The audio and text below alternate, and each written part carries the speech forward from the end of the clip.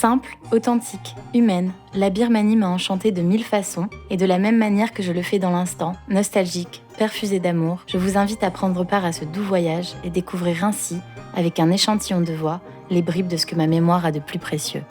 Du coup, j'ai rencontré cette petite personne qui m'a initiée au stop et j'expérimentais pas trop ça d'habitude. Et puis finalement, on a fait un concours et je suis partie pieds nus comme je suis d'habitude. Et tout d'un coup, au milieu de la rue, j'ai vu une nana en scooter faire demi-tour et elle m'a vue pieds nus et elle s'est proposée de m'offrir ses chaussures. Et en fait, c'est là où ça a été extraordinaire. Je me suis dit, mais non, c'est pas possible, ces gens, ils ont vraiment la main sur le cœur. Et en fait, je lui ai dit non, mais moi, j'ai pas envie de ces chaussures. Si je veux voyager pieds nus, c'est une décision, c'est parce que je prends plaisir à le faire et que ça m'ouvre quand même vachement de portes, quoi. Quand t'es pieds nus et qu'il y a que toi et les moines, forcément, on te regarde, petite blonde, avec ton appareil photo et tu te retrouves toujours dans des histoires assez improbables.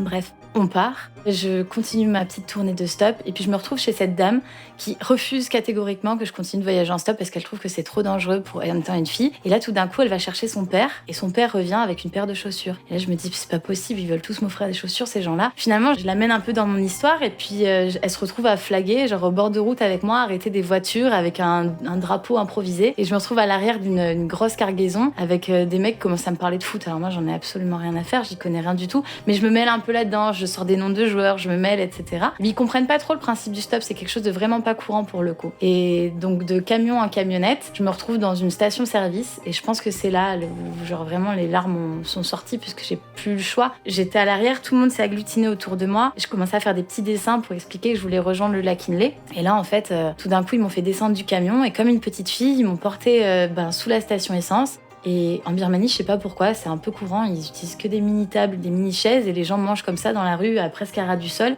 C'est pas très confortable, mais c'est trop rigolo.